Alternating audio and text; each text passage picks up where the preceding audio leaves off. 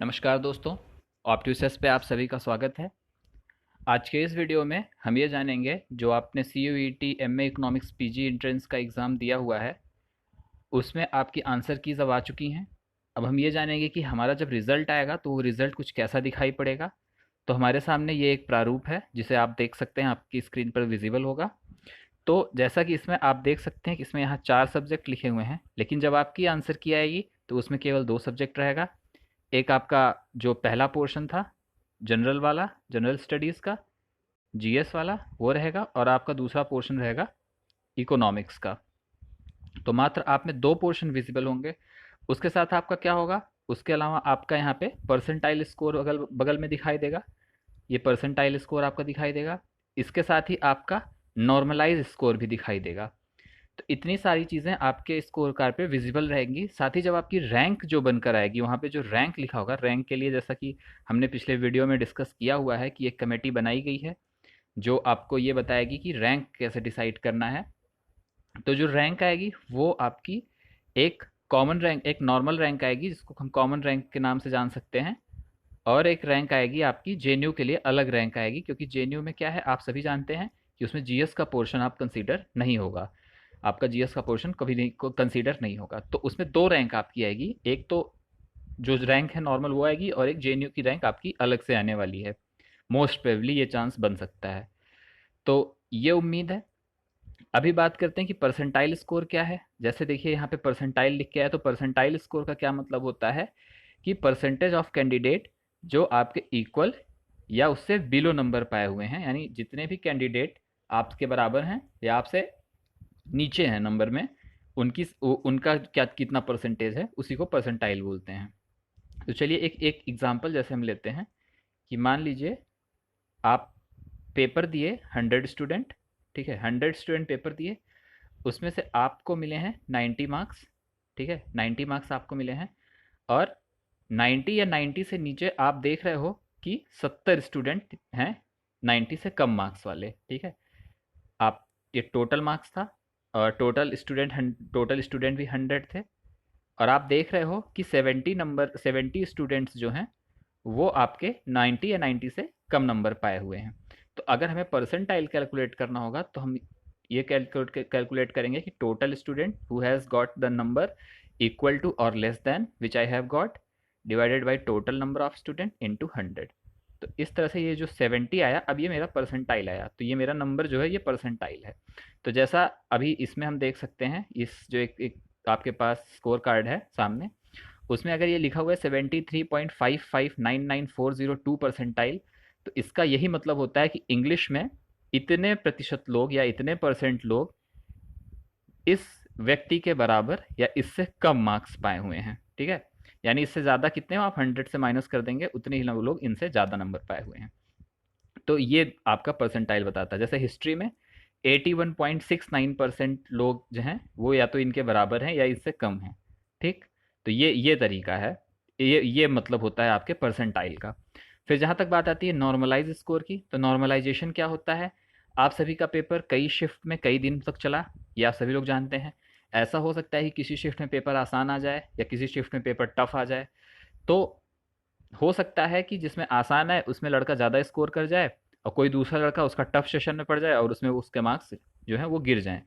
तो ये तो एक तरह से जस्टिस नहीं होगा, ये फेयर एग्जाम नहीं होगा। तो इसी को, फेयरनेस को बढ़ाने के लिए नॉर्मलाइजेशन किया जाता है। नॉर्मलाइजेशन करने का मतलब कि सभी को एक ही वेइंग मशीन में रखना।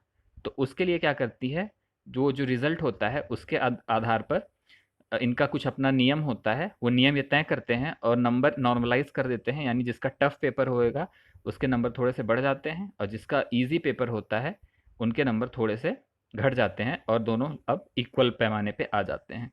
तो इस तरह से आप देख सकते हैं आपकी स्क्रीन पर, यहाँ पर इस तरह से आपका नॉर्मलाइज स्कोर आएगा। और आप एक चीज़ और गौर कर सकते हैं कि डेसिमल के बाद यहाँ पर लगभग 7-7 अंक लिखे हुए हैं। तो इतने लार्ज अमाउंट में अंक सिर्फ इसीलिए लिखे हुए हैं कि जब रैंक आपकी बनेगी तो वो एक्यूरेटली बनाई जा सके। अब ये है कि रैंक कैसे बनेगी। तो रैंक बनने का भी तरीका है, जो पॉसिबल तरीका हो सकता है, उसके लिए कमेटी बनाई गई है। उसमें यही तरीका हो सकता है कि इकोनॉमिक्स को आपको वेटेज दिया जाएगा कि इकोनॉमिक्स वाला पोर्शन कितने लोगों ने ज़्यादा सही किया हुआ है। ठीक है, मान लीजिए कुछ सारे बच्चों, कुछ दो लोगों का स्कोर बराबर हो गया, मान लीजिए ए का स्कोर और बी का स्कोर दोनों बराबर हो गया। तो अभी देखा जाएगा, ऐसा हो सकता है, मैं एक कंडीशन आपको बता रहा हूँ, ऐसा देखा जा सकता है कि ए ने इकोनॉमिक्स वाले पोर्शन में ज़्यादा सही किए या बी ने।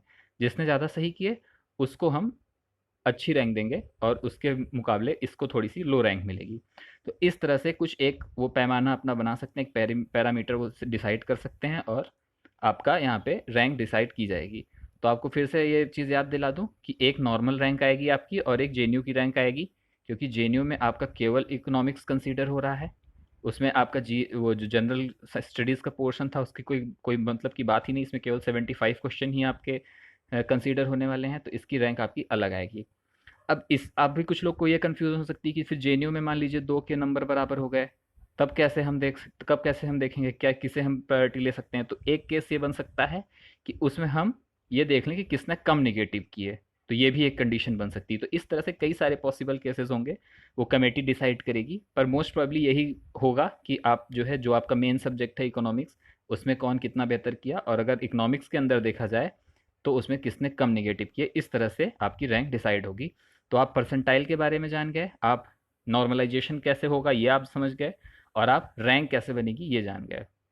साथ ही चैलेंज के लिए बहुत आंसर की आई हुई है, बहुत सारी उसमें गलतियां हैं।